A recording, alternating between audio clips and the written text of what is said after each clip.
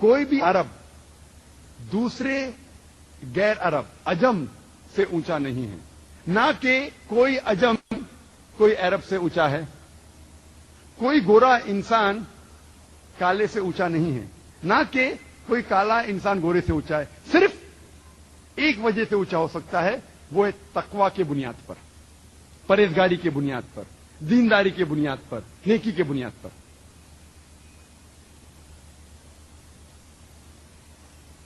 اسلام میں بنیادی رکن جو ہے وہ ہے توحید،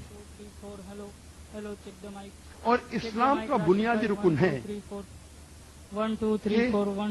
سارے انسانوں کا مالک، خالق، رب، رہبر ایک ہی ہے، وہ ہے اللہ سبحانہ و تعالی. اور یہ عالمی بھائی چارے کے لیے فرض ہے، اس کے بنا عالمی بھائی چارہ ممکن ہی نہیں، کیونکہ اس کے بنیاد پر ہم یہ مان سکتے ہیں کہ چاہے انسان آدمی ہو یا عورت، غریب ہو یا امیر، کالا ہو یا گورا، اس کا خالق، اس کا مالک، اس کا رب ایک ہی ہے، وہ ہے اللہ سبحانہ و تعالی. یہ اسلام کا سب سے اہم رکن ہے، اور اس کے بنیاد پر ہی عالمی بھائی چارہ ممکن ہے، ورنہ ممکن ہی نہیں. اور یہ ایک خدا میں ماننا اور ایک خدا کی عبادت کرنا نہ ہی صرف اسلام کا اہم رکن ہے، جتنے مذاہب آپ پڑھیں گے اس کا اہم رکن ہے ایک خدا، ایک اللہ کی عبادت کرنا، اور صرف ایک خدا، ایک اللہ میں ماننا.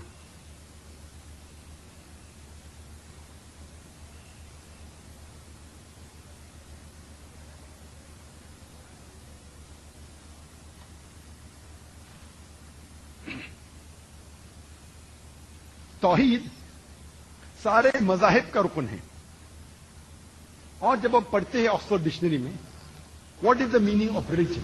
Religion according to Oxford dictionary means a belief in a superhuman controlling power, a personal god or god that deserve worship and obedience. مذہب کے معنی آکسفورڈ ڈکشنری کے مطابق ہے کہ ایک یا انیک خدا میں ماننا جس کی آپ عبادت کرتے ہیں اور جس کا کہنا مانتے ہیں. یعنی آپ کو کوئی بھی مذہب کے بارے میں جاننا ہے تو فرض ہے کہ آپ اس مذہب کے خدا کو جانو. جب تک آپ اس مذہب کے خدا کو نہیں جانیں گے تب تک آپ اس مذہب کو جان ہی نہیں سکیں گے.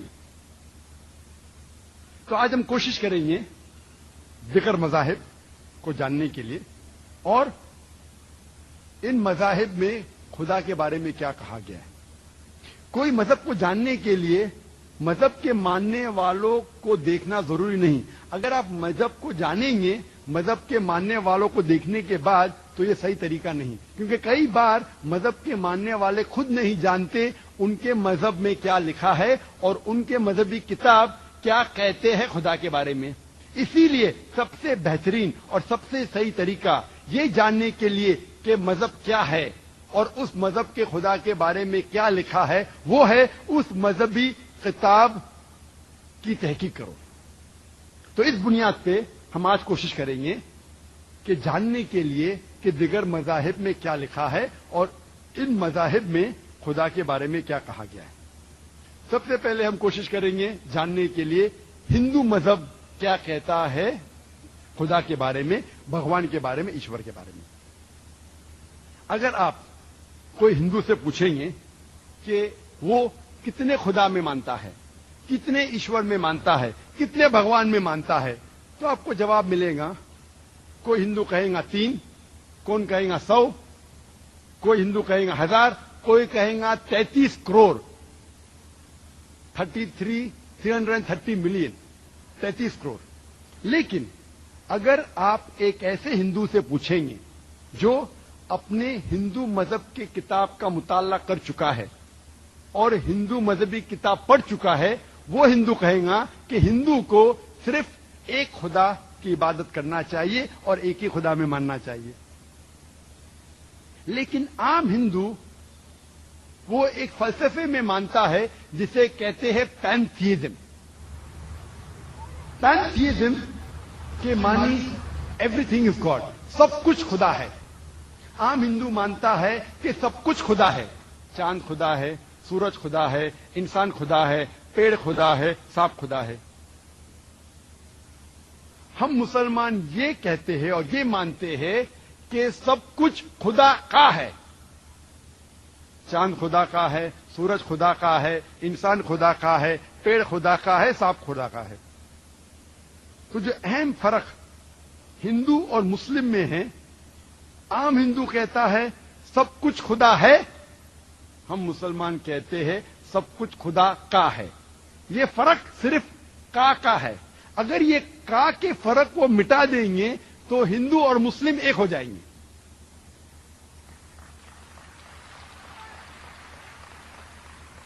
इस फर्क को मिटाने के लिए अल्लाह सुब्हानहू व तआला फरमाते हैं सूरह अल इमरान में, सूरह नंबर 3 आयत नंबर 64 में, कुल या अहले किताब, कहो अहले किताब से, तालो इला कलिमतिन सवाइन बैना बैनकुम, आओ हम उस बात की तरफ जो आप और हम में यकसा है.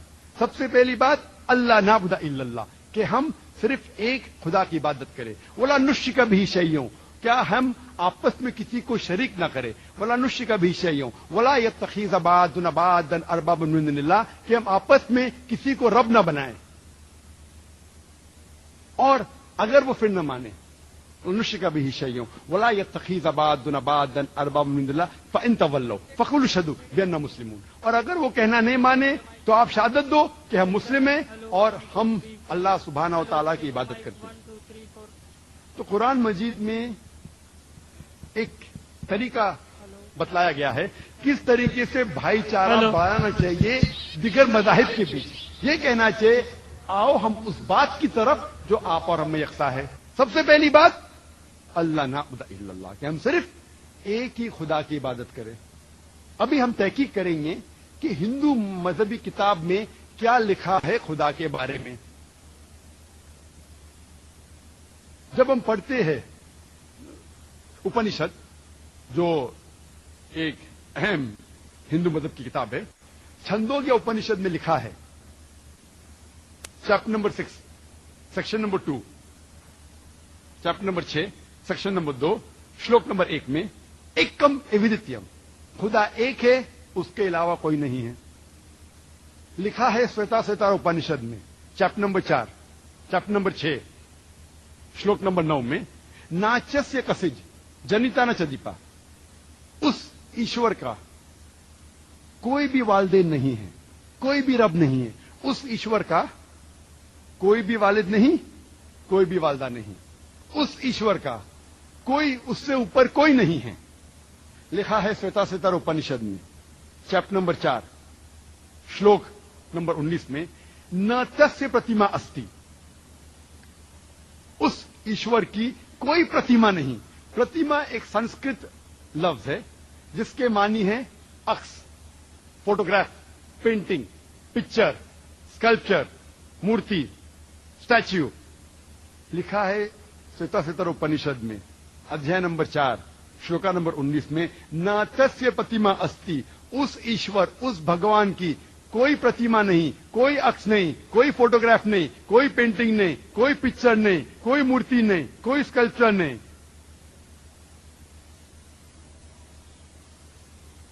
सबसे ज्यादा हिंदू मजहब में पढ़ी जाने वाली किताब है भगवत गीता. भगवत गीता में लिखा है अध्याय नंबर 7 में श्लोका नंबर 20 में कि all those whose intelligence has stolen by material desires they worship demigods. जो पैसे के पीछे भागता है, जो दुनियावी चीजें के पीछे भागता है, वो गलत खुदा, गलत ईश्वर की इबादत करता है. और कई जगह तफसीर में लिखा है इसके मानी ये भी होता है कि ये लोग जो पैसे और दुनियावी चीजें के पीछे भागते हैं वो मूर्ति की इबादत करते हैं. हिंदू मजहब में सबसे ऊंची किताब, सबसे पाक किताब है वेद. वेद में लिखा है यजुर्वेद अध्याय नंबर 32 मंत्र नंबर 3 में, न तस्य प्रतिमा अस्ति, उस ईश्वर, उस भगवान की कोई प्रतिमा नहीं, कोई पेंटिंग नहीं, कोई पिक्चर नहीं, कोई पोर्ट्रेट नहीं, कोई मूर्ति नहीं, कोई स्टैच्यू नहीं, कोई स्कल्पचर नहीं. यजुर्वेद अध्याय नंबर 32 श्लोक और मंत्रा नंबर 3 में लिखा है, नातस्य प्रतिमा अस्ति, उस ईश्वर की कोई प्रतिमा नहीं, कोई अक्ष नहीं, कोई पिक्चर नहीं, कोई फोटो नहीं, कोई पेंटिंग नहीं, कोई मूर्ति नहीं, कोई स्कल्पचर नहीं, कोई स्टैच्यू नहीं। लिखा है यजुर्वेद में अध्याय नंबर 40 श्लोक नंबर 8 में, ईश्वर पाक है और उसका कोई अक्ष नहीं है। लिखा है यजुर्वेद में अध्याय नंबर 40 श्लोका नंबर 9 में, अंधात्म पविशंति या असंभूति उपासते। अंधात्म मीन्स अंधकार, अंधेरा। वो लोग अंधेरे में दाखिल हो रहे हैं, वो लोग जो असंभूति की इबादत करते हैं। असंभूति मानी कुदरती चीजें, हवा, पानी, आग। वो लोग अंधकार में दाखिल हो रहे हैं, वो लोग जो कुदरती चीजें की इबादत करते हैं।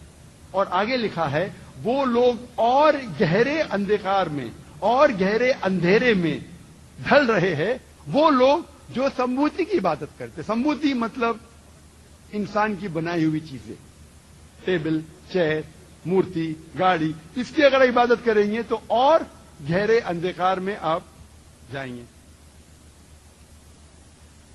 लिखा है यजुर्वेद में जिल्द नंबर 20 अध्याय नंबर 58 श्लोका नंबर 3 में, देव मां ओसी, देव महा असी, उसके मानी ईश्वर महान है।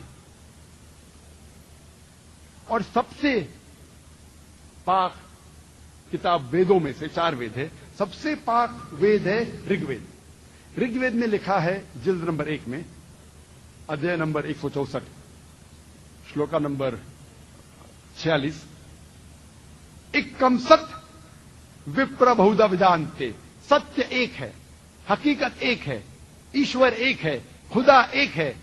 और साधु संत लोग ईश्वर को, खुदा को कई नामों से पुकारते हैं। और सिर्फ ऋग्वेद जिल्द नंबर 2 अध्याय नंबर 1 में श्लोक नंबर 1 से 11 में तकरीबन 33 सिफत खुदा के दिए हैं।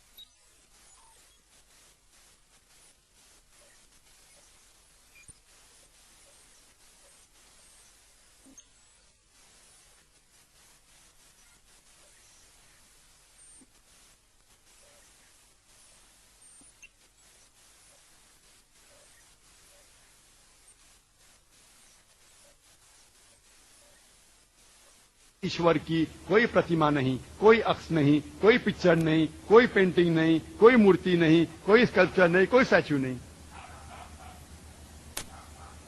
और एक सिफत जो दी गई है ऋग्वेद में जिल्द नंबर 2